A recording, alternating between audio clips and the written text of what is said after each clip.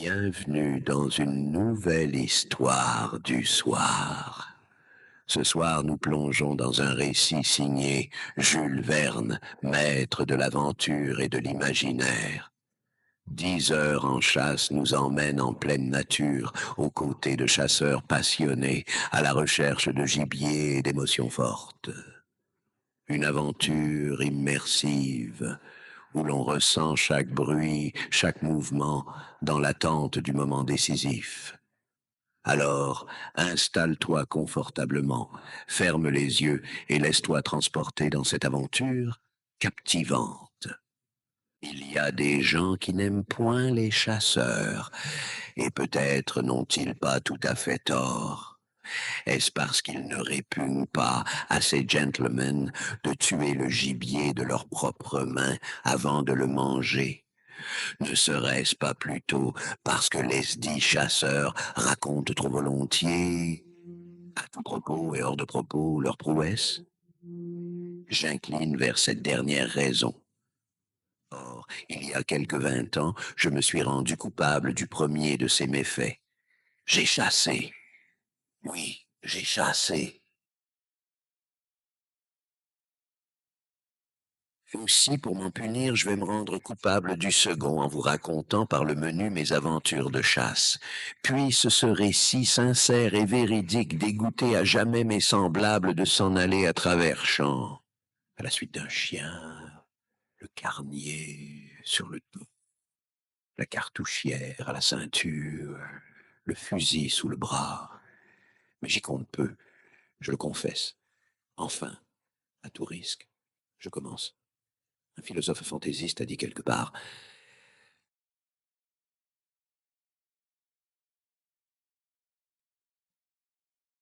ni maison de campagne, ni voiture, ni chevaux, ni chasse. Il y a toujours des amis qui se chargent d'en avoir pour vous. C'est par application de cet axiome que je fus invité à faire mes premières armes sur des terrains réservés du département de la Somme, sans en être propriétaire.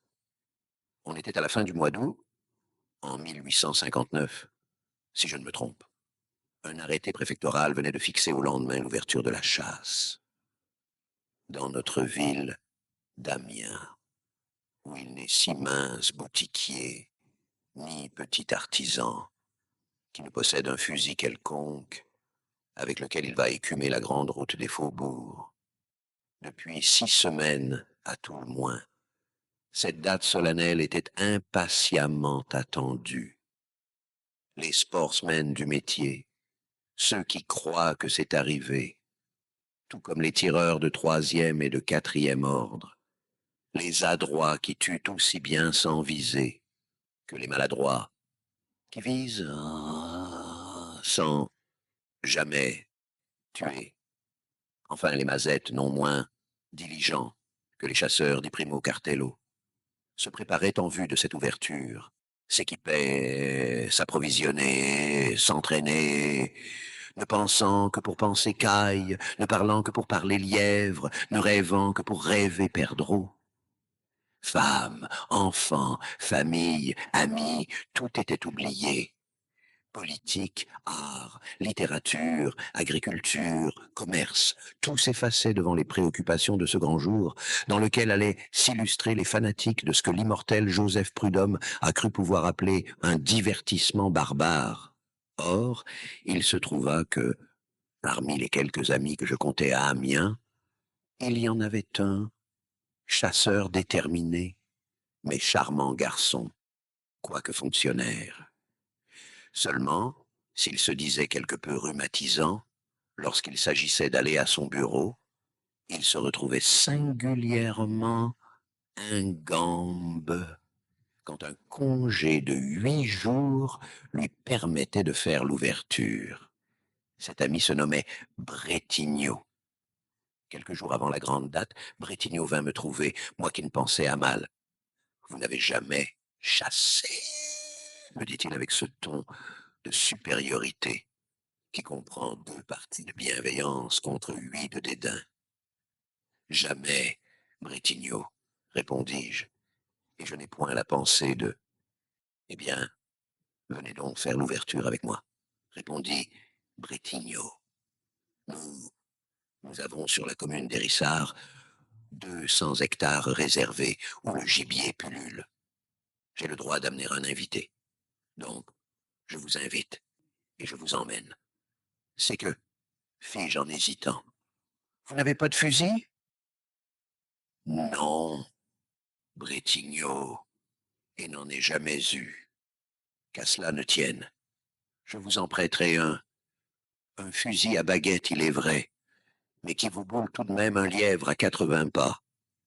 À la condition de l'atteindre, répliquai-je. Naturellement, ce sera assez bon pour vous. Trop bon, Brétignot. Par exemple, vous n'aurez pas de chien. Oh, inutile, du moment qu'il y en a un à mon fusil. Cela ferait double emploi. L'ami Brétignot me regarda d'un air moitié raisin, moitié figue. Il n'aime pas cet homme que l'on plaisante ainsi des choses de chasse. C'est sacré, cela. Cependant, son sourcil se défronça. Eh bien, viendrez-vous? Demanda-t-il. Si vous y tenez, répondis-je sans enthousiasme. Mais oui, mais oui. Il faut avoir vu cela, au moins une fois dans sa vie. Nous partirons samedi soir. Je compte sur vous. Et voilà comment je fus engagé dans cette aventure, dont le funeste souvenir me poursuit encore. J'avoue, cependant, que les préparatifs ne furent point pour m'inquiéter. Je n'en perdis pas une heure de sommeil. Et pourtant, s'il faut tout dire, le démon de la curiosité me piquait un peu. Était-ce donc si intéressant, une ouverture?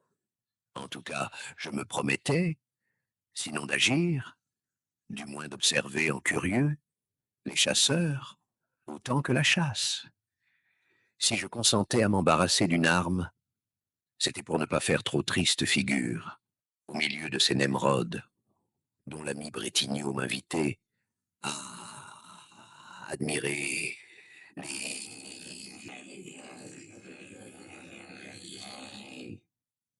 Je dois dire, toutefois, que si Brétignot me prêtait un fusil, une poire à poudre, un sac à plomb, il n'avait pas été question du carnier. Je dus donc faire emplette de cet ustensile dont la plupart des chasseurs pourraient si,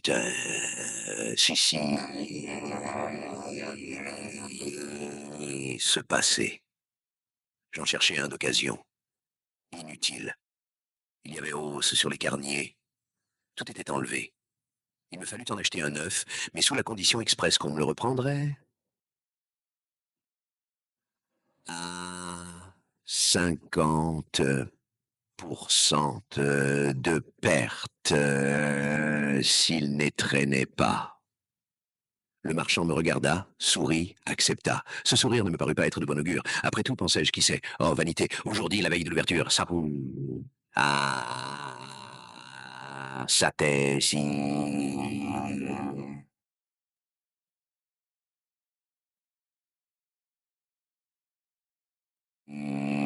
Ça.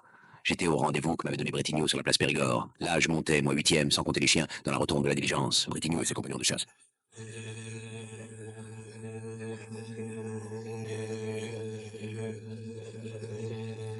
N'osais encore me compter parmi eux.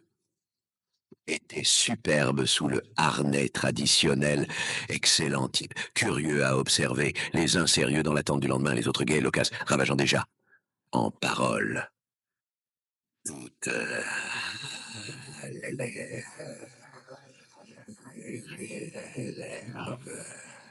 de la commune d'Hérissart. Il y avait là une demi-douzaine des plus distingués fusils de la capitale picarde. Je les connaissais à peine. Aussi l'ami Brétignot dut-il me présenter dans les formes.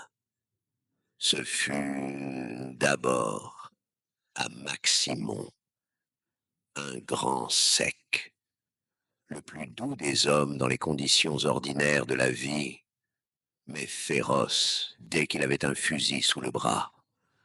Un de ces chasseurs dont on dit qu'ils tueraient un de leurs compagnons, plutôt que de revenir bredouille. Lui, Maximon, ne parlait pas. Il s'absorbait dans ses hautes pensées. Près de cet important personnage se trouvait Duvauchel. Quel contraste! Duvauchel, gros, court, entre 55 et 60 ans, sourd à ne pas entendre la détonation de son arme, mais qui n'en réclamait que plus rageusement tous les coups douteux. Aussi lui avait-on fait tirer plus d'une fois un lièvre déjà mort avec un fusil non chargé. Une de ces mystifications de chasseurs qui égayent pendant 6 mois la conversation des cercles ou des tables d'hôtes. Je dus subir aussi la vigoureuse poignée de main de Matifat, grand conteur d'exploits cinégétiques et... Il ne parlait jamais d'autre chose. Et quelles interjections, quelles onomatopées, le cri du perdreau, l'aboiement du chien, la détonation du fusil, pan, pan, pan, 3 pans pour un fusil à 2 coups. Puis, quel geste, la main qui prend un mouvement de godille pour imiter les zigzags du gibier, les jambes qui se replient, le dos qui s'arrondit pour mieux assurer le coup, le bras gauche qui se tend, pendant que le bras droit revient la, à la poitrine pour indiquer l'épaulement de l'arme. En tombait-il de ces bêtes de poils et de plumes, que de lièvres tirés au déboulé, il n'en manquait pas un. Je faillis même être tué dans mon coin par un de ces gestes. Mais ce qu'il fallait entendre, c'était Matifat causant avec son ami Poncloué, les 2 doigts de la main, ce qui ne les empêchait pas de s'accabler de procès pour peu que l'un mît le pied sur les réserves de l'autre. Ce que j'ai tué de lièvre l'an passé, disait Matifat, pendant que la cauteuse voiture roulait vers Hérissart. Oui, ce que j'ai tué ne saurait se chiffrer. Tiens, c'est comme moi, pensai-je. Et moi, Matifat, répondait Poncloué. Te rappelles-tu la dernière fois que nous sommes allés chasser sur Argueuve? Hein? C'est perdreau. Je vois encore le premier qui a eu la chance de passer à travers ma charge de plomb, et moi le second, dont les plumes ont si bien volé qu'il ne devait plus lui rester que la peau sur les os. Et celui que mon chien n'a jamais pu retrouver dans le sillon où il était tombé pour sûr. Et celui que j'ai eu l'aplomb de tirer à plus de 100 pas, bien certain de l'avoir touché, pourtant. Et cet autre, que de mes 2 coups. Pan, pan, pan. J'ai roulé dans la luzerne, mais dont mon chien n'a malheureusement fait qu'une bouchée. Et cette compagnie qui s'est levée juste au moment où je rechargeais mon fusil.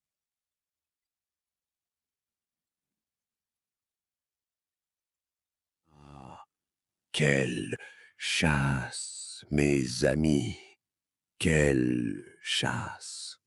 En comptant, à part moi, je m'étais bien aperçu que de tous les perdreaux de Poncloué et de Matifat, il n'en était pas entré un seul dans leur carnier. Mais je n'osais rien dire, parce que je suis naturellement timide avec les gens qui en savent plus que moi. Et cependant, puisqu'il ne s'agissait que de manquer le gibier, j'en aurais, pardieu, bien fait autant. Quant aux autres chasseurs, j'ai oublié leur nom, mais, si je ne me trompe, l'un d'eux était connu sous le sobriquet de Baccarat, parce qu'en chasse, il tirait toujours et n'abattait jamais. En vérité, qui sait si je n'allais pas mériter ce surnom? Allons donc! L'ambition me gagnait. J'avais hâte d'être au lendemain. Il arriva ce lendemain. Et quelle nuit dans cette auberge d'Hérissart! Une seule chambre pour 8. Des grabats où l'on aurait pu se livrer à une chasse plus fructueuse que les terrains réservés de la commune. D'odieux parasites, fraternellement partagés avec les chiens, couchés près des lits, et qui se grattaient à faire trembler le plancher. Et moi, qui avais naïvement Demandez à notre hôtesse, vieille picarde, à Tignasse rebelle, s'il n'y avait pas de puces dans son dortoir. Oh non, m'avait-elle répondu.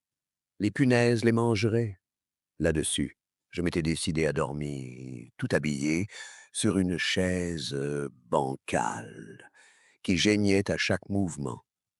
Aussi me sentais-je moulu quand se fit le jour. Naturellement, je fus le premier levé. Bretignot, Matifat, Pontclouet, Duvauchel et leurs compagnons ronflaient encore. J'avais hâte d'être en plaine, comme ces chasseurs inexpérimentés qui veulent partir dès l'aube, même avant d'avoir mangé. Mais les maîtres de l'art, que je réveillais respectueusement l'un après l'autre,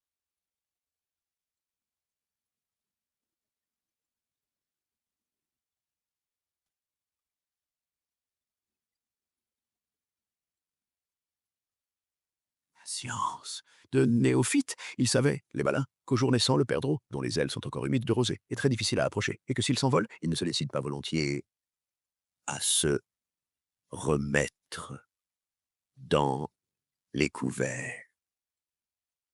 Il fallut donc attendre que toutes les larmes de l'aurore eussent été bues par le soleil. Enfin, après un déjeuner sommaire, suivi de l'inévitable coup du matin, on quitta l'auberge, se grattant aux jointures, puis on se dirigea vers la plaine, où commençaient les terrains réservés. Au moment où nous atteignions cette lisière, Bretignot, me tirant à part, me dit « Tenez bien votre fusil, obliquement, le canon dirigé vers la terre, et tâchez de ne tuer personne. » « Je ferai de mon mieux, » répondis-je, sans vouloir m'engager. « Mais à charge de revanche, n'est-ce pas ?» Bretignot haussa dédaigneusement les épaules. « Et nous voilà en chasse. Chasse libre. Chacun a sa fantaisie. C'est un assez vilain pays, cet Hérissart, dont la parfaite nudité ne justifie pas le nom. Mais il paraît que s'il n'est pas aussi giboyeux que Montsou vaudrait, les sorts en fort était bas, a bien fourni, qu'il y avait du lièvre, disait Matifat, et qu'on en avait vu sifflatrer, plus de 12 à la douzaine, ajoutait Panclouet, avec la perspective de si beaucoup à faire, tous ces braves.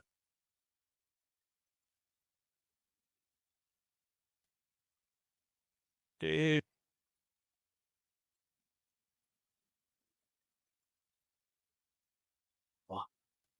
on allait donc. Un temps superbe. Quelques flèches de soleil perçaient les brumes matinales, dont les volutes se massaient à l'horizon. Des cris, des pépiments, des gloussements partout. Il y avait de ces oiseaux qui, s'élevant du sillon, montaient droit dans le ciel comme des hélicoptères dont le ressort est lâché subitement. Plus d'une fois, incapable de me maîtriser, j'avais vivement épaulé mon fusil. Ne tirez pas, me criait l'ami Bretignot qui m'observait sans en avoir l'air. Pourquoi ne sont-ce point des cailles? Non, des alouettes, ne tirez pas. Il va sans dire que Maximon, Duvauchel, Ponclouet, Matifat et les deux autres m'avaient jeté plus d'un regard de travers. Puis, ils s'étaient prudemment écartés avec leurs chiens, qui, le nez bas, quêtaient au petit trot dans les luzernes, les sainfoins, les trèfles, et dont les queues retroussées frétillaient comme autant de points d'interrogation auxquels je n'aurais su que répondre. J'eus la pensée que ces messieurs ne se souciaient pas de rester dans la zone dangereuse d'un novice, dont le fusil les inquiétait quelque peu pour leur tibia. Sacrebleu, tenez donc bien votre fusil, me répéta Bretignot au moment où il s'éloignait. Et je ne le tiens pas plus mal qu'un autre, répondis-je un peu agacé par ce luxe de recommandation. Une seconde fois, Bretigno haussa les épaules et obliqua à gauche. Comme il ne me convenait point de rester en arrière, je pressai le pas. J'avais rejoint mes compagnons, mais, afin de ne plus les alarmer, je portais mon fusil sur l'épaule, la crosse en l'air. Qu'ils étaient superbes à voir, ces chasseurs de profession, dans leur tenue de chasse, veste blanche, amples pantalons de velours à côte, larges souliers à clous dont la semelle débordait l'empeigne, jambières de toile recouvrant le bas de laine, préférable au bas de fil ou de coton qui ne tarde pas à produire des écorchures.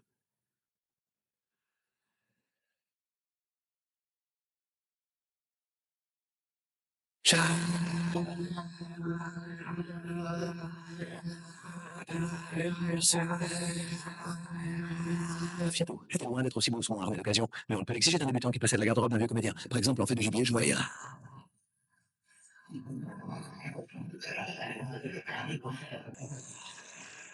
Cependant, que, sur cette réserve, il y eut en quantité d'écailles, des perdreaux, des râles de genêts, puis de ces lièvres de janvier que mes compagnons appelaient des trois quarts, et dont ils avaient là,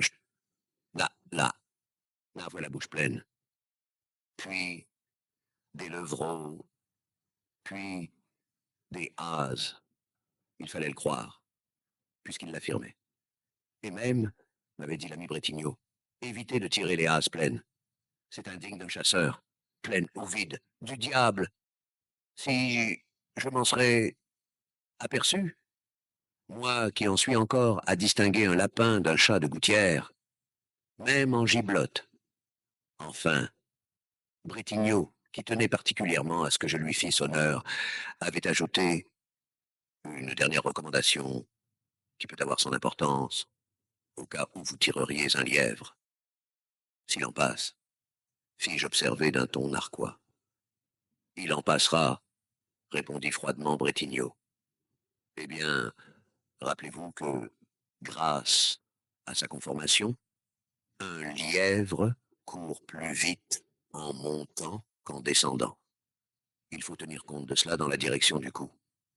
Comme vous avez bien fait de m'avertir, ami Bretigno, répondis-je, cette observation ne sera pas perdue, et je vous promets que j'en ferai mon profit.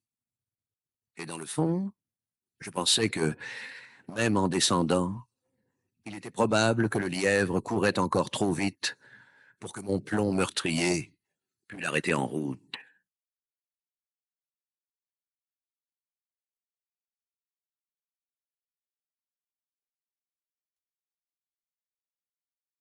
Cria alors Maximon. Nous ne sommes pas ici pour élever des débutants au petit pot. Terrible homme. Mais je n'osais rien répondre. Devant nos pas, à perte de vue, sur la droite et sur la gauche, s'étendait une large plaine. Les chiens avaient pris de l'avance. Leur maître s'était dispersé. Je faisais tout l'effort possible pour ne point les perdre de vue. En effet, une idée me tracassait. C'était que mes compagnons, naturellement farceurs, eussent l'envie de me jouer quelques tours qu'autorisait mon inexpérience. Je me souvenais involontairement de cette plaisante histoire d'un novice, auquel ses amis firent tirer un lapin de carton, qui, assis sur son derrière dans un fourré, battait ironiquement du tambour. Moi, je serais mort de honte après une telle mystification. Cependant, on errait un peu à l'aventure, au travers des éteules, en suivant les chiens, de manière à atteindre un rideau qui se profilait à 3 ou 4 kilomètres et dont la crête était bordée de petits arbres, quoi que je fisse. Tous ces marcheurs, habitués au sol difficile des marécages et des terres labourées, allaient encore plus vite que moi. si bien que je ne tardais pas à être distancé.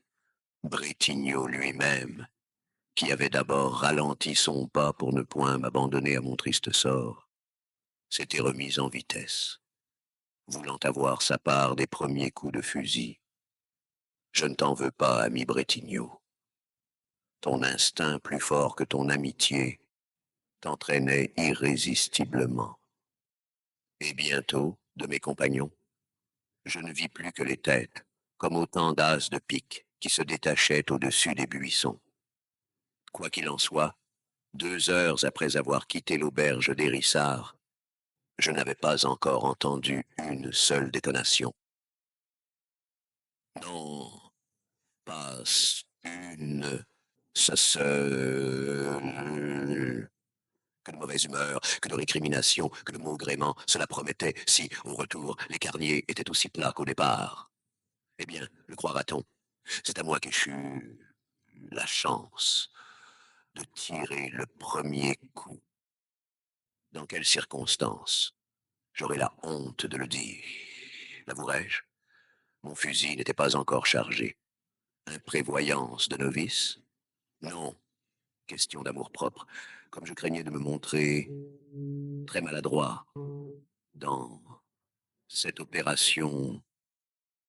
J'avais voulu attendre d'être seul pour opérer. Donc, en l'absence de témoins, j'ouvris ma poire à poudre. Je versai dans le canon de gauche une charge qui fut maintenue par une simple bourre de papier. Puis, par-dessus, j'introduisis une bonne mesure de plomb, plus que moins. Qui sait?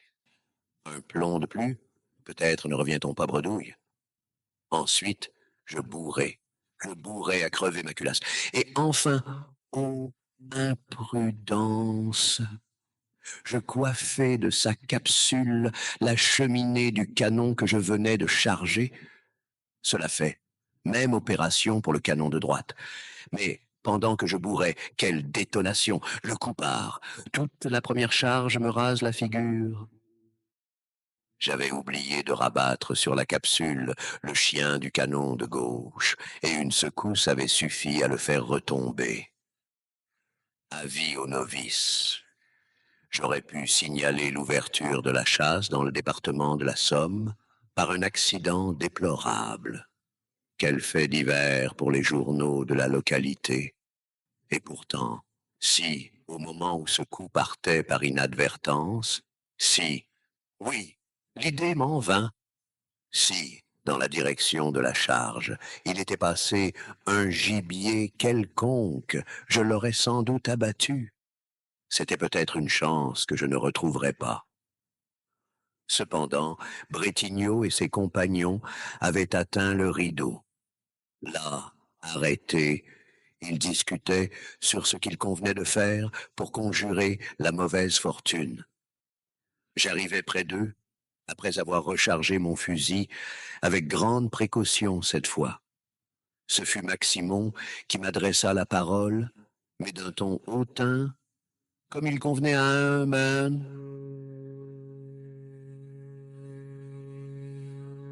Vous avez tiré? Me dit-il. Oui, c'est-à-dire, oui, j'ai tiré. Un perdreau?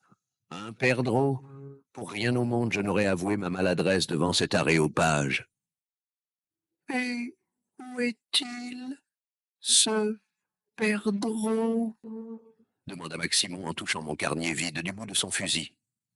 Perdu, répondis-je effrontément. Que voulez-vous? Je n'avais pas de chien. Ah, si j'avais eu un chien. Allons, allons, avec un tel aplomb, on ne peut manquer de devenir un vrai chasseur.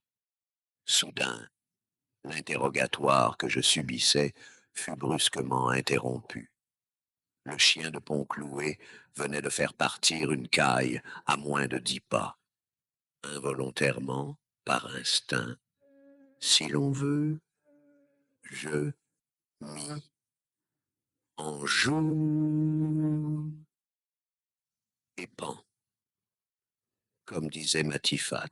Quelle gifle je reçus pour avoir mal épaulé. Une de ces gifles, il est vrai, dont on ne peut demander raison à personne.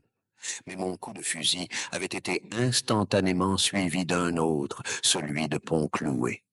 La caille tomba, criblée, et le chien la rapporta à son maître, qui la mit dans son carnier. On ne me fit même pas l'honnêteté de penser que j'avais pu être pour quelque chose dans ce massacre. Mais je ne dis rien, je n'osais rien dire. On sait que je suis naturellement timide avec les gens qui en savent.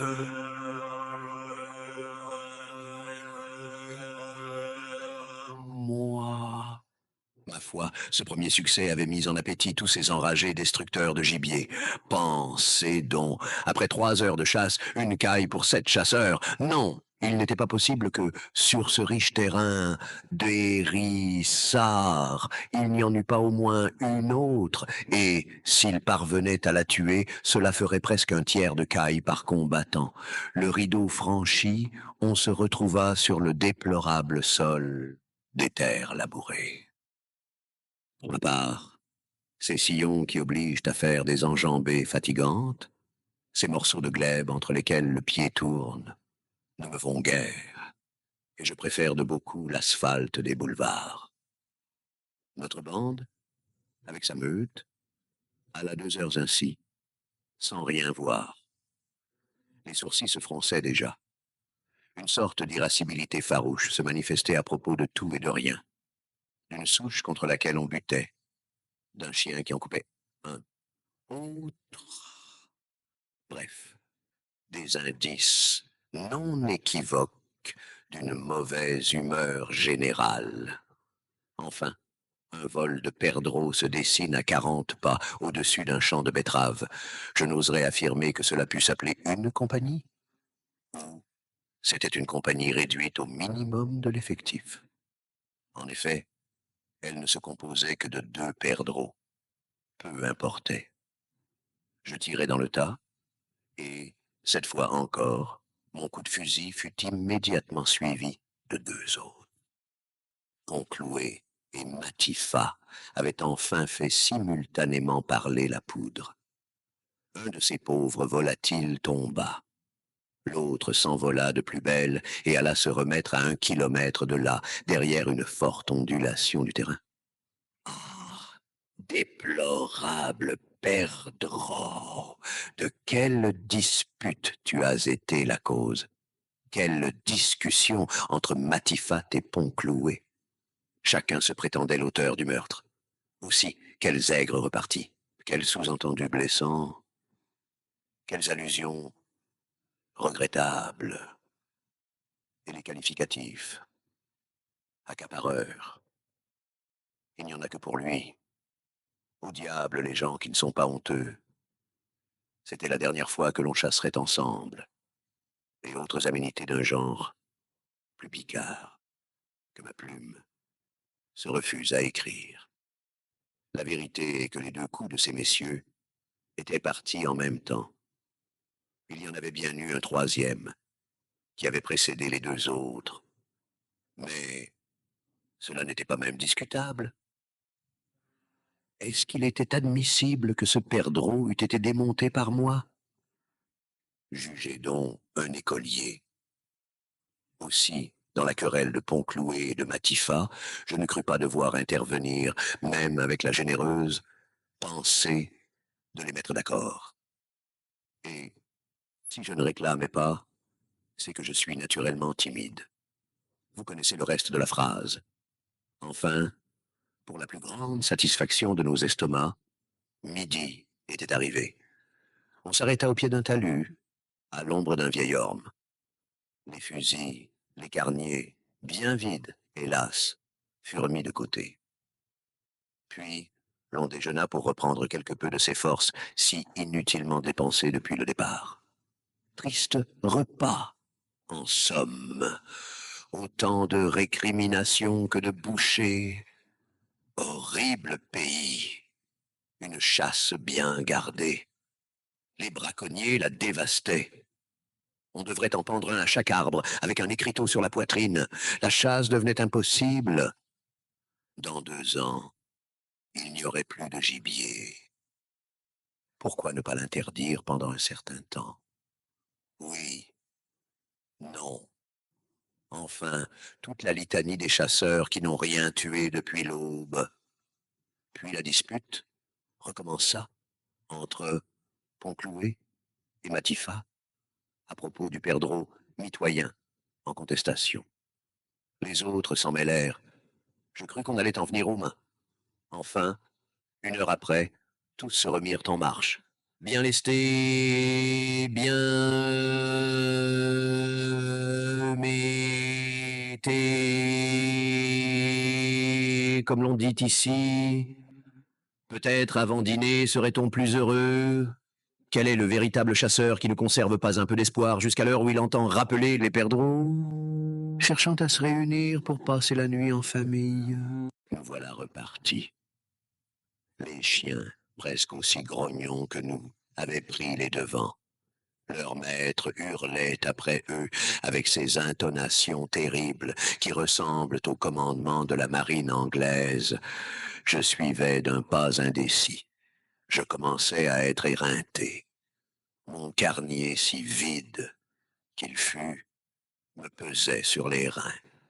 Mon fusil d'un poids invraisemblable me faisait regretter ma canne. La poire à poudre, le sac à plomb, j'eusse volontiers confié tous ces objets embarrassants à l'un des petits paysans qui me suivait d'un air moqueur, en me demandant combien j'en avais tué de Chequatpats. Mais je n'osais pas, par amour-propre. 2 heures, 2 mortelles heures, s'écoulèrent encore. Nous avions bien 15 kilomètres dans les jambes. Ce qui me paraissait évident, c'est que, de toute cette excursion, je rapporterais plutôt une courbature qu'une demi-douzaine de cailles. Tout à coup, quel frou-frou se fait entendre et me déconcerte. Cette fois, c'est bien une compagnie de perdreaux qui s'élève au-dessus d'un buisson. Fusillade générale. Feu à volonté. 15 coups de fusil partent, pour le moins, le mien compris. Un cri se fait entendre à travers la fumée. Je regarde. À ce moment, une figure apparaît au-dessus du buisson. C'était un paysan, la joue droite grosse comme s'il avait eu une noix dans la bouche. Bon, un accident, s'écria Bretigno. Il ne manquait plus que cela, riposta Duvauchel. Ce fut tout ce que leur inspira ce délit de coups et blessures, sans intention de donner la mort, comme dit le code. Et ces gens, dépourvus d'entrailles, courant vers leur chien qui rapportait 2 filles.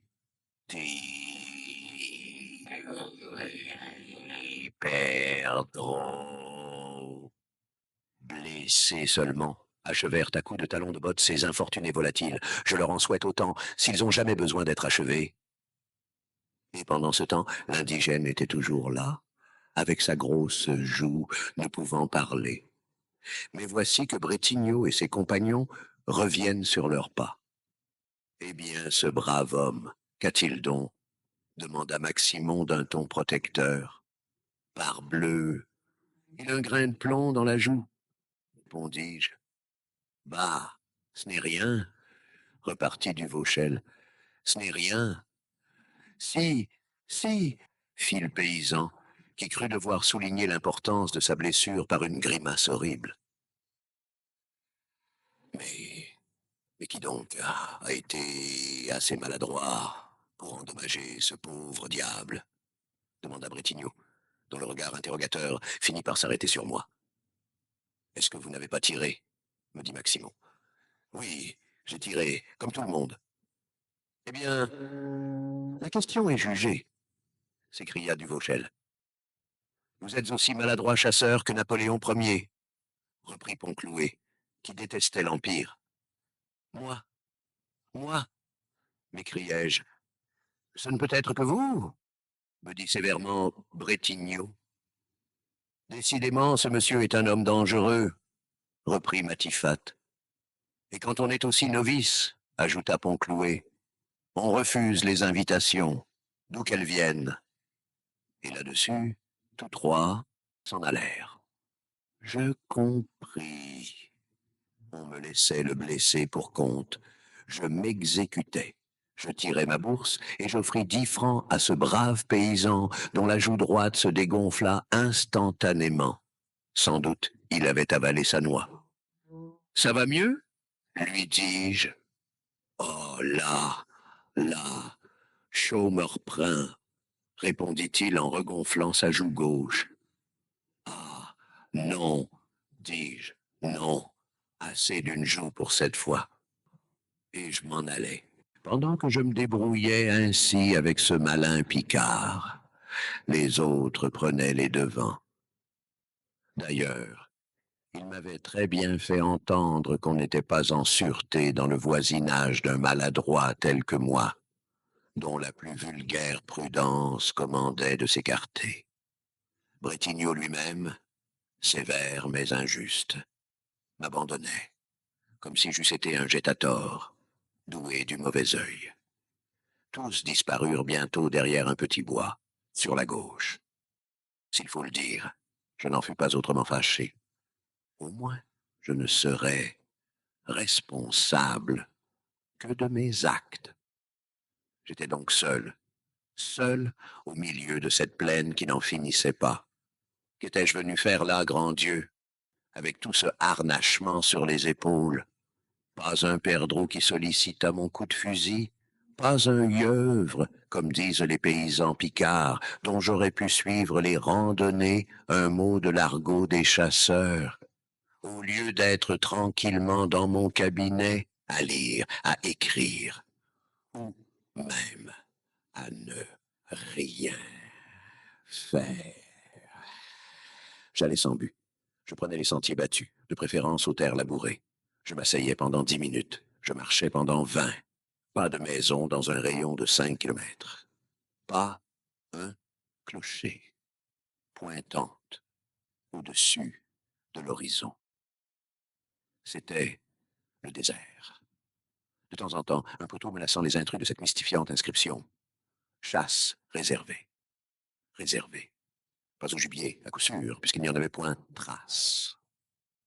Enfin, j'allais toujours, rêvant, philosophant, le fusil en bandoulière, traînant la patte. À mon gré, le soleil ne s'abaissait pas assez vite sur l'horizon. Est-ce qu'un nouveau Josué, suspendant les lois de la cosmographie, l'avait arrêté dans sa course diurne pour le plus grand plaisir de mes enragés compagnons? La nuit ne se ferait donc pas sur cette lamentable journée d'ouverture. Mais il y a une limite à tout, même au terrain des chasses réservées.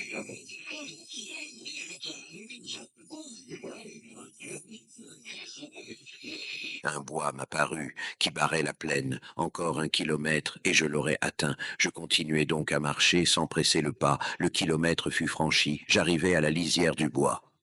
Au loin, bien au loin, des détonations éclataient, comme le bouquet d'un feu d'artifice au 14 juillet. En massacrent-ils, pensai-je. Bien certainement, ils n'en laisseront pas pour l'année prochaine. Et alors, ce que c'est que de nous?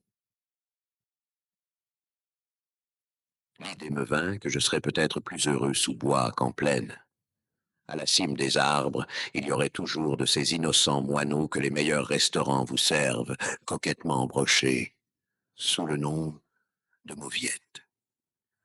Me voilà donc suivant les percées qui aboutissent à la grande route.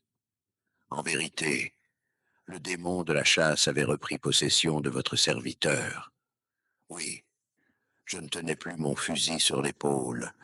Je l'avais chargé avec soin. Je l'avais armé.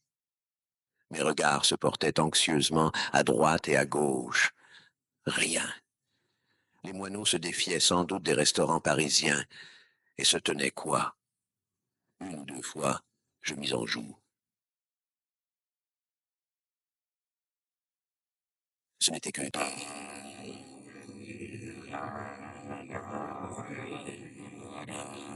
des feuilles qui remuaient aux arbres, et décidément je ne pouvais pas me permettre de tirer des feuilles. Il était 5 heures alors. Je savais que dans 40 minutes je serais de retour à l'auberge, où nous devions dîner, avant de reprendre la voiture qui, bêtes et gens, vivants et morts, devait tous nous ramener à Amiens.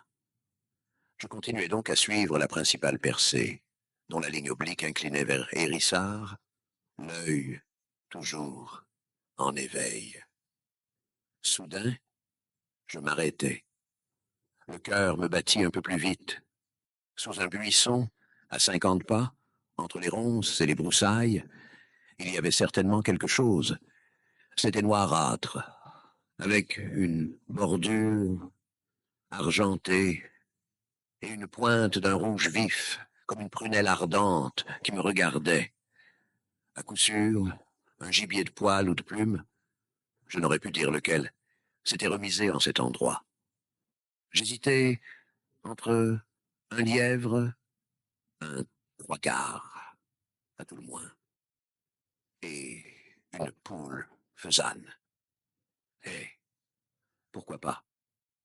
Voilà qui me rehausserait singulièrement dans l'esprit de mes compagnons.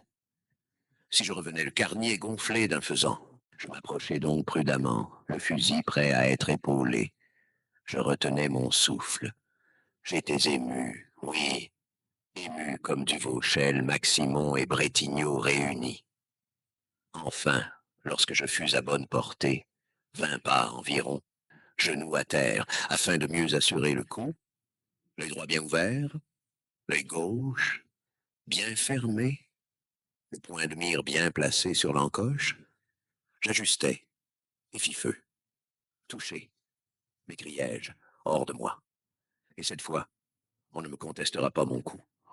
En effet, de mes yeux, oui, j'avais vu voler des plumes, ou plutôt des poils.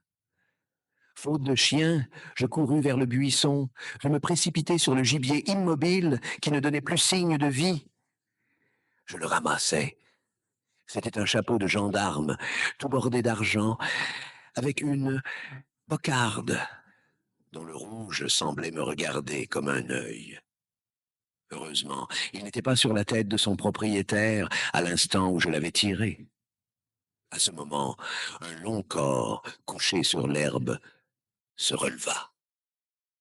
Je reconnus avec terreur le pantalon bleu à bandes noires, la tunique foncée à boutons d'argent, le ceinturon et le baudrier jaune de Pandore que mon malencontreux coup de fusil venait de réveiller. « Que vous tirez maintenant les chapeaux de gendarme ?» me dit-il avec cet accent qui distingue l'institution. « Gendarme, je vous assure, répondis-je en balbutiant, et même que vous l'avez touché en pleine cocarde. Gendarme, j'ai cru que c'était un lièvre, une illusion. D'ailleurs, j'offre de payer, vraiment, que c'est très cher, un chapeau de gendarme, surtout si on le tire sans permis. » Je devins pâle. Tout mon sang me reflua au cœur. C'était là le point délicat. « Que vous avez un permis ?» me demanda Pandore. « Un permis ?» ?»« Oui, un permis. Vous savez bien ce que c'est qu'un permis ? » ?»« Eh bien non, je n'avais pas de permis. Pour un seul jour de chasse, j'avais cru pouvoir me dispenser d'en prendre. Mais je crus aussi devoir affirmer ce qu'on affirme toujours en pareille occurrence. C'est que j'avais oublié mon permis. Un sourire d'incrédulité supérieure et distingué s'ébaucha sur la figure du représentant de la loi. « Que je suis obligé de verbaliser, » me dit-il, du ton radouci d'un homme qui entrevoit une prime. « Pourquoi ? Dès demain, je vous l'enverrai, ce permis, mon brave gendarme. » « Et oui, je sais, » répondit Pandore, « mais que je suis obligé de verbaliser. » « Eh bien, verbalisez, puisque vous êtes insensible à la prière d'un débutant. » Un gendarme qui serait sensible ne serait plus un gendarme. Celui-ci tira de sa poche un calepin enveloppé dans un parchemin jaunâtre. Que vous vous nommez? Me demanda-t-il. Voilà. Je n'étais pas sans savoir qu'il est d'usage, en ces graves conjonctures, de donner à l'autorité le nom d'un ami. Si même, à cette époque, j'avais eu l'honneur d'être membre de l'Académie d'Amiens, peut-être n'eussé-je pas hésité à livrer le nom de l'un de mes collègues. Mais je me contentais de rendre celui d'un de mes vieux camarades de Paris, un pianiste de grand talent, le brave garçon, en ce moment sans doute, tout entier à l'exercice du quatrième doigt, ne pouvait se douter que l'on verbalisait contre lui à propos d'un délit de chasse. Pandore prit soigneusement le nom de cette victime, sa profession, son âge, son adresse. Puis, il me pria poliment de lui confier mon fusil, ce que je m'empressais de faire. C'était autant de moins à porter. Je lui demandais même de comprendre le carnier, le sac à plomb et la poire à poudre dans l'ensemble de la confiscation. Mais il s'y refusa, avec un désintéressement que je regrettais. Restait la question du chapeau. Elle fut réglée incontinent au prix d'une pièce d'or, à la satisfaction des deux parties contractantes. C'est fâcheux, dis-je.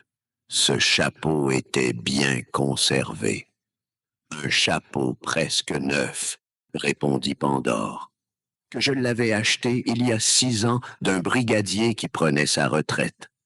Et, après l'avoir remis sur sa tête d'un geste réglementaire, le majestueux gendarme, se balançant sur la hanche, s'en alla de son côté, moi du mien. 1 heure après, j'avais atteint l'auberge, dissimulant de mon mieux la disparition du fusil confisqué, et ne soufflai mot de ma mésaventure.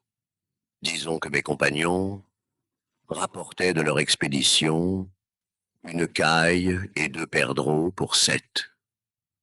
Quant à Pont-Cloué et Malifate, ils étaient brouillés à mort depuis leur dispute, et des coups de poing avaient été échangés entre Maximon et Duvauchel, à propos d'un lièvre qui courait encore. Telle est la série des émotions par lesquelles j'ai passé pendant cette journée mémorable. J'avais peut-être tué une caille, peut-être tué un perdreau, peut-être blessé un paysan, mais très certainement, j'avais criblé un chapeau de gendarme. Pris sans permis, un procès-verbal avait été dressé contre moi, sous le nom d'un autre. J'avais trompé l'autorité. Que peut-il arriver de plus à un apprenti chasseur? Court son début dans la carrière des Anderson et des Pertuiset. Il va sans dire que mon ami le pianiste dut être fort désagréablement surpris quand il reçut une assignation à comparaître devant le tribunal correctionnel de Boulay. J'ai su depuis qu'il ne lui avait pas été possible de prouver un alibi. En conséquence, il avait été condamné à 16 francs d'amende, plus les frais se montant à pareille somme. Je me hâte d'ajouter que, quelque temps après, il reçut, par la poste, sous la rubrique restitution, un mandat de 32 francs qui l'indemnisait de ses débours. Il n'a jamais su de qui cela venait, mais la tâche correctionnelle ne l'a pas moins marqué au front, et il a un casier judiciaire. Je n'aime pas les chasseurs, ainsi que je l'ai dit au début, surtout parce qu'ils racontent leurs aventures de chasse. Or, je viens de raconter les miennes. Veuillez me le pardonner. Cela ne m'arrivera plus. Cette expédition aura été à la fois la première et la dernière de l'auteur, mais il en a conservé un souvenir qui ressemble à de la rancune. Aussi, toutes les fois qu'il rencontre un chasseur, suivant son chien, le fusil sous le bras, jamais Il ne manque de lui souhaiter bonne chasse. On dit que ça porte malchance. Ainsi s'achève 10 heures en chasse, une immersion dans le monde de la chasse et de la patience, où chaque instant est un jeu entre l'homme et la nature. Un récit à la fois simple et vivant, parfait pour s'évader avant de s'endormir. Si cette histoire t'a plu, n'oublie pas de t'abonner à la chaîne pour découvrir d'autres récits immersifs et captivants. Bonne nuit et fais de beaux rêves.